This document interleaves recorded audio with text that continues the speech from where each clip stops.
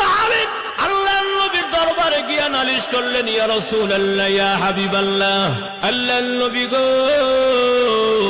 একজন সাহাবীর খেজুর গাছ আমার বাড়ির উপর দিয়া পড়ে আছে, আমি তার জন্য আমার বাড়িটা করতে পারতাছি না, ওয়াল সোজা করতে পারি না, খেজুর গাছের জন্য কাটতেও পারি না, অসুবিধা হয়। আগে নবীজি এই খেজুর গাছ থেকে যখন পাকনা পাকনা খেজুর পরে নিচে জোরে পড়ে যায়, এই খেজুর গুলো আমার সন্তানরা খায়, খেয়ে ফেললে এই লোকটা এসে আমার সন্তানগুলোকে মারধর করে, এমনকি যেই খেজুরগুলো আইসা মুখের মধ্যে পায় আঙ্গুল দিয়া কুচায়া খেজুরগুলো বের করে নিয়ে যায়। আমি বাবা হয়ে সহ্য করতে পারি না। জোরে বলুন সুবহানাল্লাহ।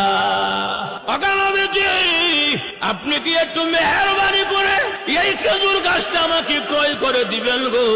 আপনি দেন না গো নবীজি আমারে ক্রয় করে। বাবা হইয়া সন্তানের এমন দৃশ্য দেখে আমি সহ্য করতে পারবো না গো। আল্লাহর রাসূল বললেন, আচ্ছা তুমি বসো। এই লোকটাকে খবর দিয়ে নিয়ে আসলেন এবং সেও রাসূলের সাহাবী, কিন্তু প্রকৃত সাহাবী নয়, মুনাফিক মার্কা সাহাবী। ওনাকে আনার পরে বলেন, কিরে সাহাবী, তোমার খেজুর গাছটাতে ওনার বাড়ির মধ্যে ঝুঁকে পড়ে আছে বাঁকা হইয়া, আর না হয়তো বিক্রি করে দাও। না, আমার খেজুর গাছ আমি বিক্রি করবো না, আমার বাচ্চারাও খেজুর খেতে পছন্দ করে। বাহানা দিয়া আল্লাহ নবীর দরবার থেকে পিছন দিক দিয়া চলে গেল। রাসূলের কথাকে মূল্যায়ন করে নাই। ভাইয়ার আমার শেষ পর্যন্ত যখন নাকি এই কথা বলে চলে যায়, তেমনি আল্লাহ রাসূল আরেকজন সাহাবী পাশে ছিল, তার নাম আবু দাহদা রাদিয়াল্লাহু তাআলা আনহু।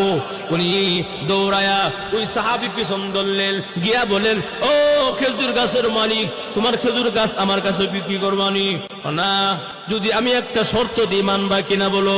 আমার একটা খেজুর গাছের বাগান আছে, একটা বাগানের মধ্যে 600 খেজুর গাছ। তখন যদি সত্যি হয়ে থাকে, নাও দিলাম। ও ঠিক আছে, একটা খেজুর গাছ দিয়ে দিলাম, 600 খেজুর গাছের একটি বাগান সহ ঘর সহ নিয়ে নিলাম। ভাইয়েরা আমার গভীর মনোযোগ দেন। খেজুর গাছটা ক্রয় করার সঙ্গে সঙ্গে হযরত আবু দাহদা রাদিয়াল্লাহু তাআলা আনহু আল্লাহর নবীর দরবারে গিয়া হাসতে হাসতে আল্লাহ নবীর দরবারে গিয়া বলেন, ইয়া রাসূলুল্লাহ, ইয়া হাবিবাল্লাহ, আল্লাহর নবী গো, খেজুর গাছটা আমি কিনে ফেলছি।